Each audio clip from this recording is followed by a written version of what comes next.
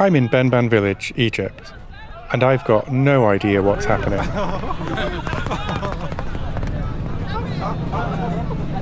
It's supposed to be a horse race in the desert, but there's no prize money, no gambling, and I can't even see a start or finish line. They're coming from every direction. Last night, the village was taken over by huge celebrations. I shared food with families, met tribal leaders, and watched Sufi music and dancing. I thought I was making a short video about a horse race. Instead, I found something I wasn't expecting at all. My journey starts in the car to Benban with Zoltan, who'd invited me to the race, and what I thought was a small family dinner the night before. The majority of the village are part of a tribe called Al-Jafra. Al-Jafra is one of the main tribe in Aswan, and they originally came from Saudi Arabia. This is the night before the horse race, so we are going to have dinner and then starting the ceremony of the night. I wish you enjoy the night with us.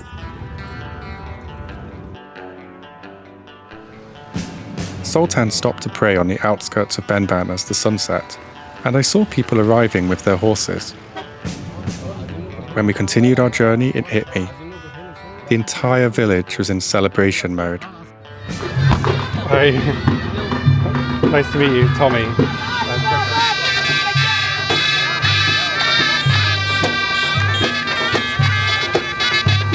What we're watching is Tahteeb, a 4,500-year-old stick-fighting tradition.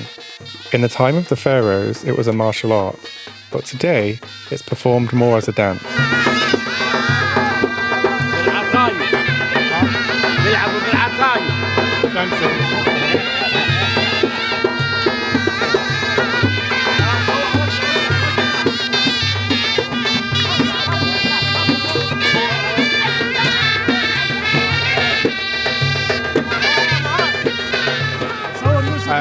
هو عايز يسأل شوية أسئلة تعالوا جاوبوها له وأنا هقول. أنا هناك في الديوان هناك He's saying let's go inside.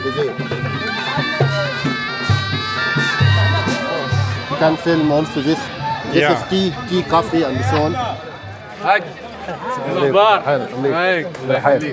Welcome to Benban. Welcome to Benban. Thank you. To Benban. Okay. Can I give you? So you just speak into like that. You see, we are a tribal society. We are all bound by kinship. All of the villages here are connected.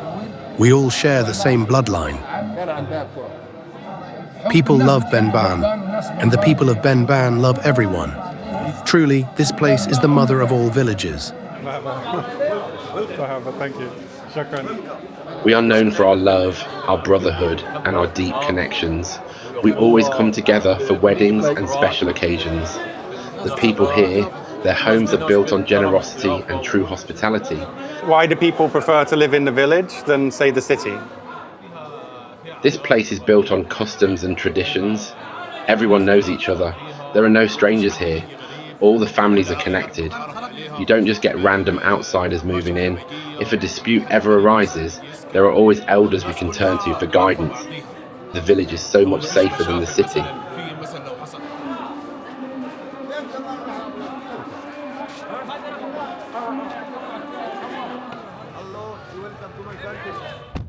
We are going to another like this. أيوة شمالك الديوان اللي في شمالك. Welcome, Tony. Shukran. Welcome to Egypt. Shukran. Excuse me. Oh, sorry. He need us to go and eat now. Okay. Yeah. Sorry. Shall I sit on? Yeah. Yeah, you can sit. Or do you want me on?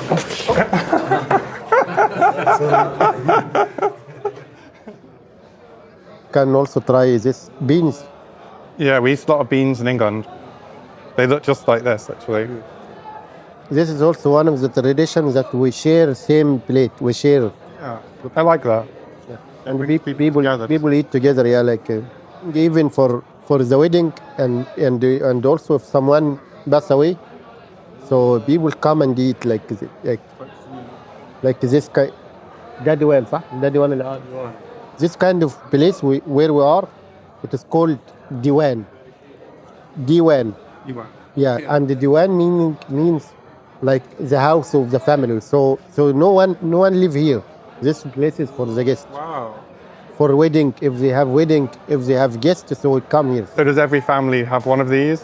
Every big extending family have one like this. That's really cool. So you don't have to like rent a venue and pay for something. Exactly. It's just yours. Exactly. He's one of the leaders of the village. How long have your tribe been living here? 500 years. 500 years, wow. And where did they come from? Our roots? They trace back to Morocco. In fact, our ancestor was the king of Fez. The first of our grandfathers to arrive here was Hussein al-Farsi.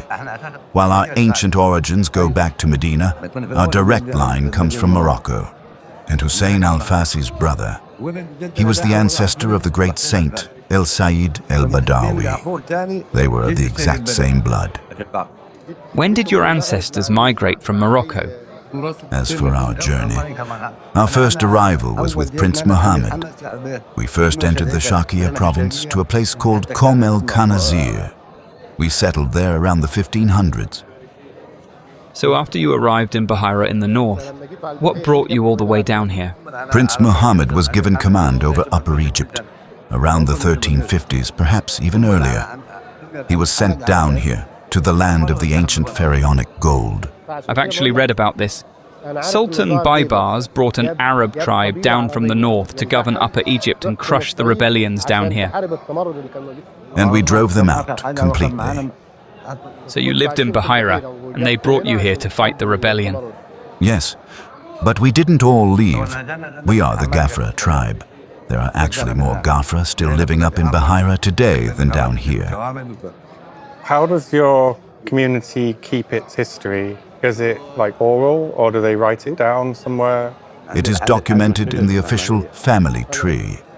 Our lineage traces all the way back to Abu Bakr. We have the official records and decrees proving our noble Arab ancestry, generation by generation, from Morocco all the way down to us. But let me tell you the real story about these feasts, the Karama. Because of how we were raised here together, when our Christian neighbors are fasting, we refuse to slaughter our sheep outside.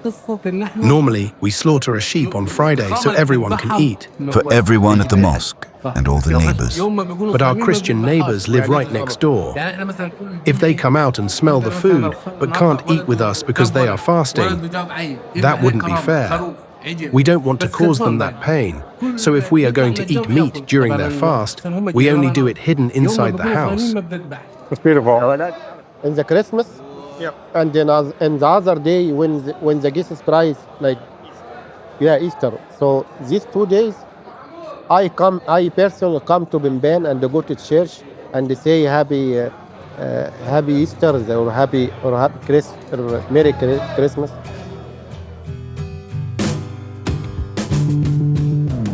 So we're going to our third celebration, and the entire village is like this.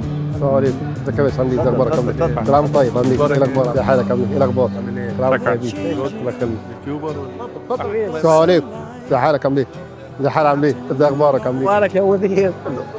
I have a seat?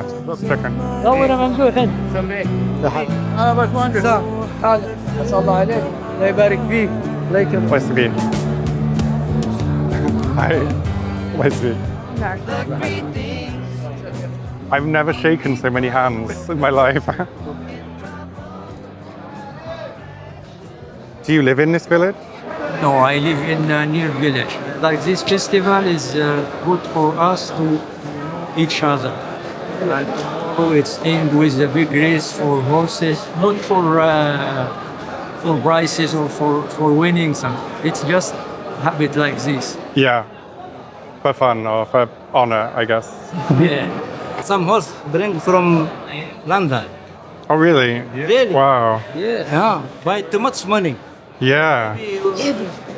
Maybe $100,000. Yeah, so this is the trophy. القبيلة والتاريخ. No family? No medium too. There's name of family here. Give it them first one, give it to her. Yeah. And that's all they get? No money No money, no. Only cup. and pride? Shukran. You're from Liverpool? No, I live in Nottingham. Nottingham. Nottingham. Nottingham Forest? Liverpool. Not like that. Mo Salah. Mo Salah, Liverpool. Walking around the parties, I noticed many people I met were not locals. This gathering is an annual festival called Mermah, and for many, it involves driving hours across the desert just to sit down with distant relatives and keep their centuries-old family trees intact. My name is Abu Fayyad. I came from Sohag, about 200 kilometers away. I came for my cousins, of course. I traveled for this grand, majestic occasion to celebrate and share this moment with my extended family. My name is Rifat Hassan Mohammed. I'm from outside the village. I came from Ala Tamna in the Sohag Governorate. It is a 550-kilometer journey. Did you ever live here? No. Our grandfathers left a long time ago. They left Benban about 200 years ago. How do you keep the connection? We actually didn't know about each other at first. We only discovered our relatives here. About 7 years ago, we found old family documents and family trees that proved our connection. How has that changed your life? It has brought us so much joy, and they are so happy to have us. There is true mutual love between us now. We are blood brothers. When did your family leave this area? My real name is Muhammad, but my full name is very long. It's not just Abu Fayyad, and that's it. I carry my lineage all the way back to my 13th grandfather, and I can recite every single name. And which of those names do you share with the family here in Benban? The 9th. Our shared ancestor is my 9th grandfather. That proves exactly when our branch of the family left this village to move north. It is my lineage, and I am incredibly proud to know it. He's still saying they are our relative. He's so proud of this. He's saying, I am so proud. With this really extended family, do you think there's a positive or a negative? Definitely positive. By God, it's positive because of the blood ties. Positive for our traditions. The Quran says, "We made you peoples and tribes so you may know one another." You ask for my point of view, or if there is a negative side. It was merely a subject for debate. There is no point of view here. It's not something that can be debated. For me, this is bigger than a discussion. It is blood. Where I'm from, that doesn't happen. Not anywhere close to that. I would like you to share your experience with them. When it gets to uncles, aunties, cousins, maybe half of them we know, half of them we don't. You don't know them at all. I don't know some of them at all, which is sad, right? I've met them, but I wouldn't say I know them. Listen, I only stopped at 13 names earlier just for the camera, so I wouldn't drag it out. But the truth is, I know my name all the way back to the Prophet Muhammad, peace be upon him. Our lineage is from the Ashraf. Let's just keep the answers to the immediate family. No, he just opened up to me about his own family. He shared that with me. So I am going to answer him with the absolute truth of mine. If anyone is walking down the street, any stranger who comes here, they can just walk right into the Diwan. Anywhere in this village, they can come in, sit down, and be fed. This tradition comes directly from our Islamic teachings. The Quran says, "We made you peoples and tribes so that you may know one another." And we have all of that right here.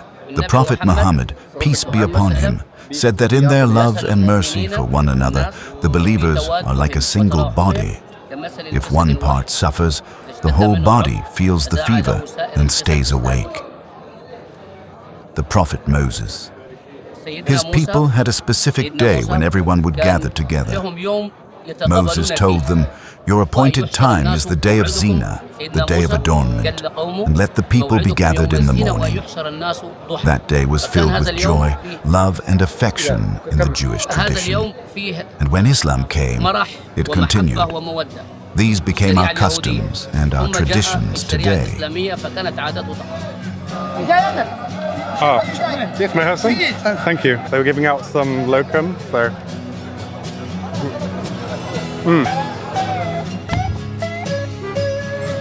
How many parties are in the village, do you think? Good question. More than 50. More than 50. We've been to 3. No, yeah. Sorry, hello. By the time we reached the 4th party of the night, the mood had shifted. Everyone was waiting for the Sufi ceremony to begin. Oh yeah, please, thank you. So is there going to be another performer? It's going to be, but after 1 hour.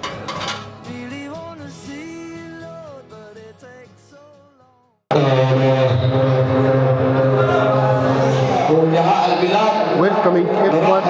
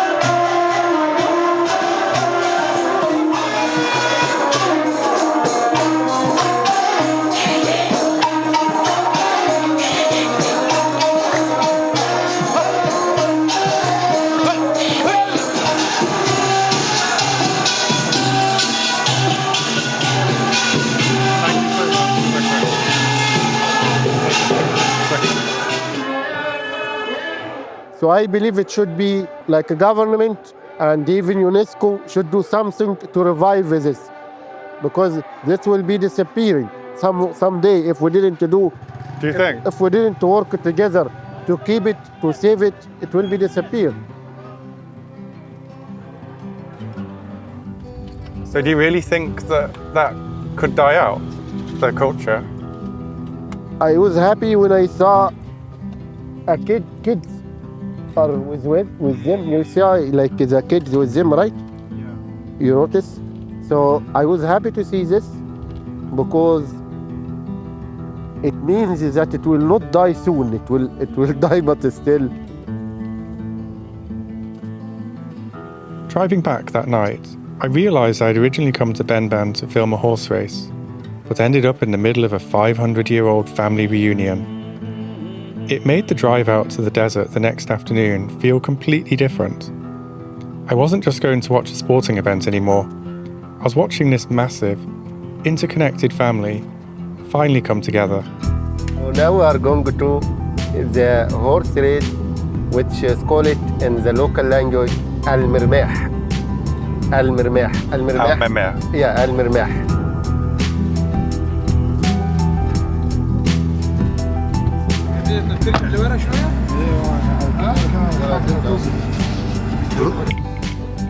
So we're just going to the horse race, but we've got a problem that the car's got a little bit stuck in the sand.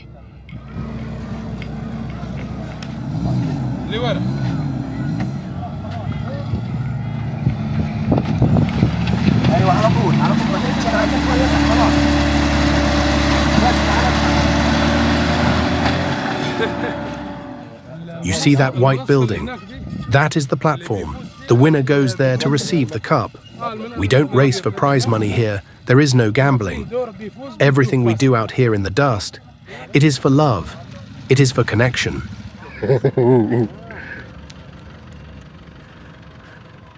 Another problem. وشد عاد مرة واحدة شد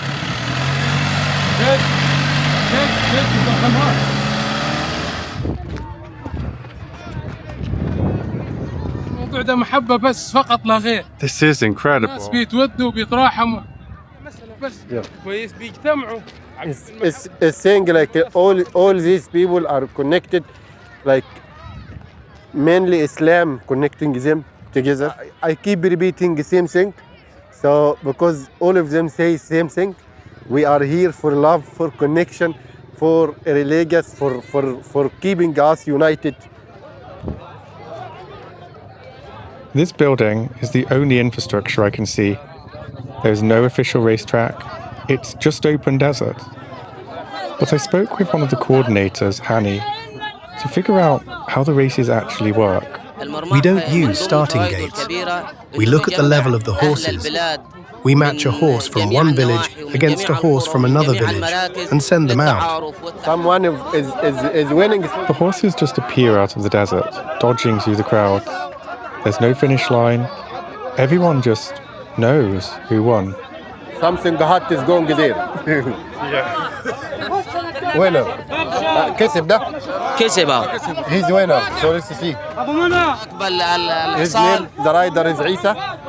So the winner is from a village called Faris, like 12 kilometers from here, and he won another one from Edfu. Edfu is like 1.5 hours from here. بالنسبة للخيالة ده أحسن فارس حاليا في الصف. حاليا.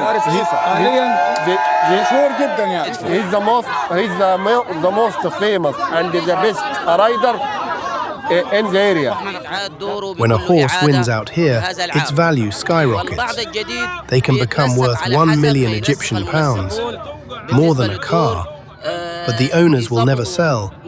To them, a champion horse isn't money. It is their pride. It is their ammunition.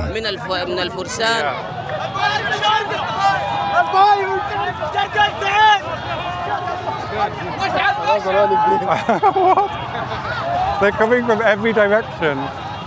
How does it feel to win? حسيت بإيه لما كسبت؟ أنت كسبت؟ I have been waiting for this moment for 2 months. The feeling is, it's high. It is so strong. Everyone is just so happy. We have been preparing for 2 months straight. Every single day, training, getting ready. Why do I do this? It is for the love of my village, for the love of my people.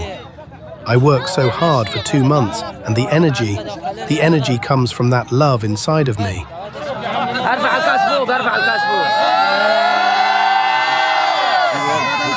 Does it change things when you win? Does it like change things back home? What does it give people? When you win, everything changes. The family is so proud.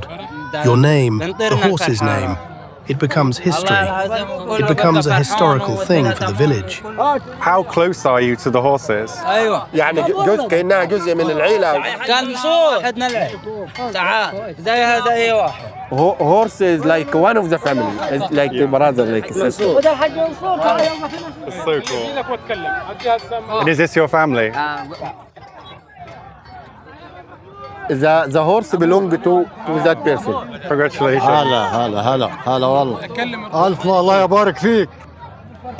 He's saying like thank you for saying congratulations. احنا سعداء بكم جدا جدا. We are happy because you are here and welcoming you. وبالدول جميعا على مستوى معانا.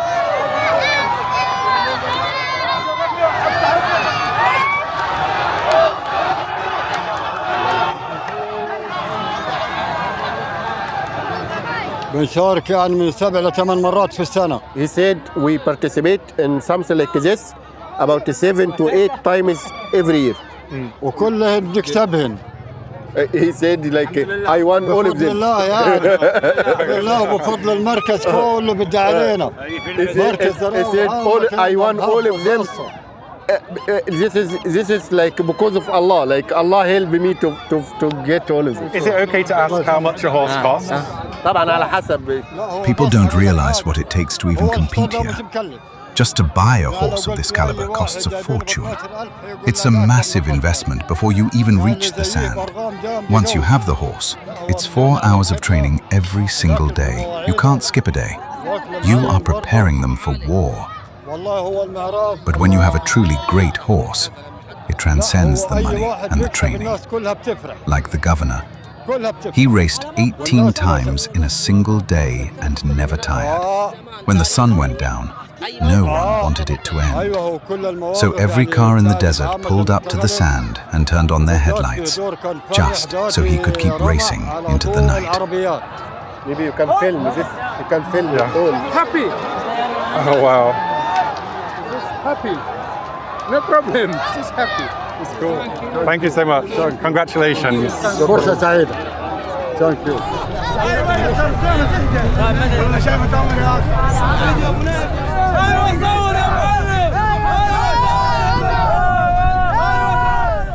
I didn't expect to feel this welcomed by people I'd only just met.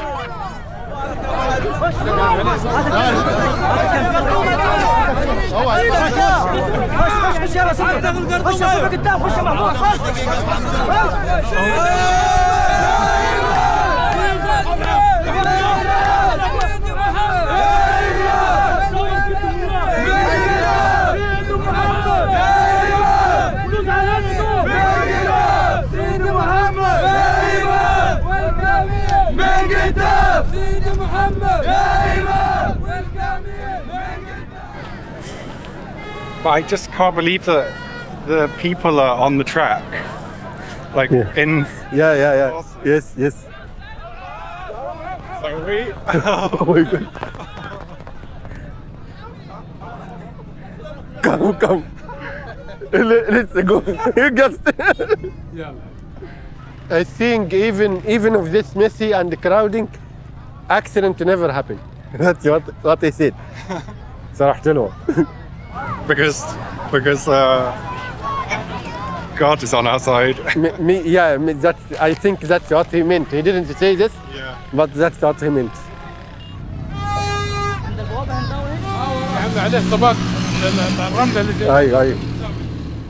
They are using a very simple stuff in this kind of environment, which is not suitable. So they are really struggling. Yeah. Look, car there is also cannot move, I think, and they still can manage. Hard life teach you how to be innovative.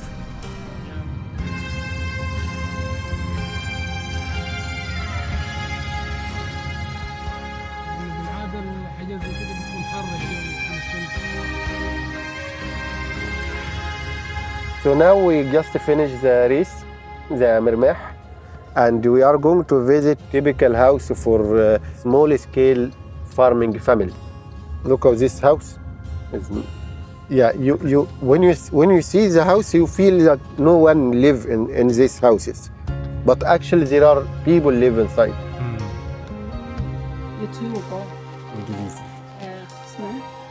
You speak some English? No. ندخل. عربي. تفضل. سوري. Okay, come. The roof is made from this is from palm tree. This thing. Oh, really? From palm trees? Yes. And this is wood, like normal wood. Yeah. This one, but this one is palm tree. ده الجريد وده السعف. الخوص. This one also. الدكتور بيترجم. This one also is made from like this is palm tree. This is palm tree. This is all palm tree, but different parts of the palm tree. بري بيطلع على الشراء والمصنع. Actually, all of this, people used to burn it. Is this their family's entire business? My husband, my son, my daughter, we all work together. نشوف الحمارة والزرع. اوكي. نور الكشاف. هات يجيدو؟ Wow. عبد المجيد كشاف. There's a tree in your house. Yes. That's so cool. This is palm tree. This is the one they make everything. Were you born here? And what was life like growing up? I was born in 1974. In 50 years, this village has changed completely. When I was young, women depended entirely on their fathers, their brothers, their husbands. That's just how it was. And was it difficult to start a business as a woman? It's easier now. Before, it was very difficult for a woman to start something of her own. So she's accepted and supported? My husband supports me completely. Without him, I couldn't have done any of this. He gave me the opportunity to go out and work. Not every husband does that. Are there a lot of other women trying to follow in your footsteps and do like you do? Many women want to, but most refuse to be filmed, refuse to appear online, for cultural reasons. I'm different. I know I have to market myself. Without visibility, there's no business. So do you think that some women are kind of being held back just by cultural considerations? About 80%, yes. Does she think there's anything that can happen or change to help with that? Working from home. That's the key. They can participate, they can earn, but from inside the house. I have 12 women working with me. None of them leave home to do it. That works for them.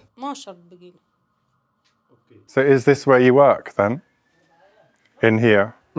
Is this where you work? بتشتغلوا فين الشغل بتاعكم بتاع الشغل هنا ونبقى قاعدين في مكان هنا here. It is here. Yeah. This is also like a textile machine. Do people generally move to the city for more opportunities?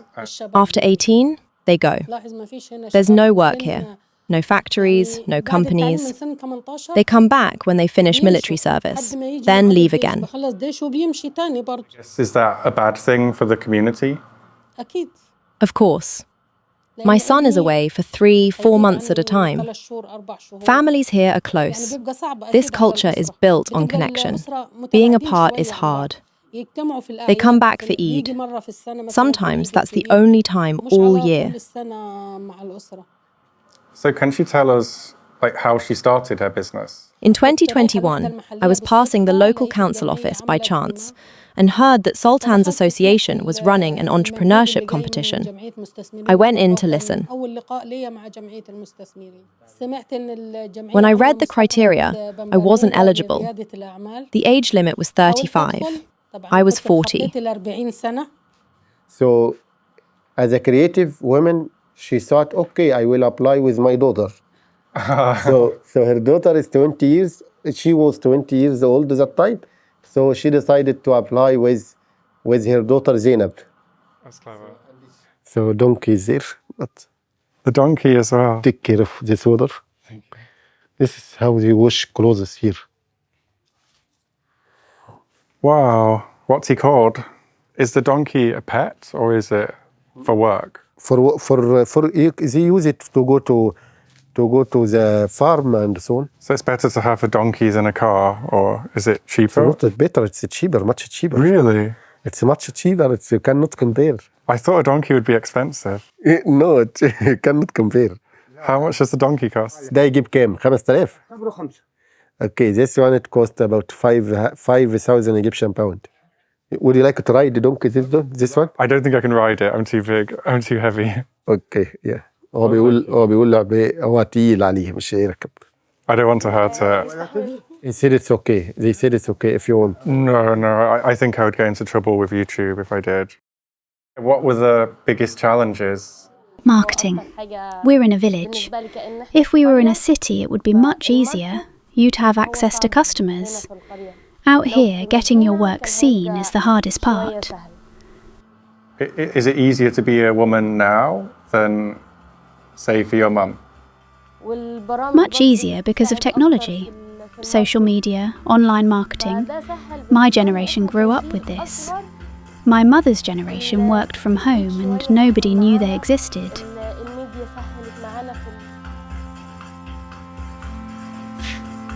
Yeah, I'll have to buy something for my girlfriend, I think. I think it has to be something that travels easily.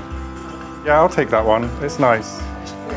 Okay. Do you think my girlfriend will like it? I paid 350 Egyptian pounds, about $7. It took her 2 days to make.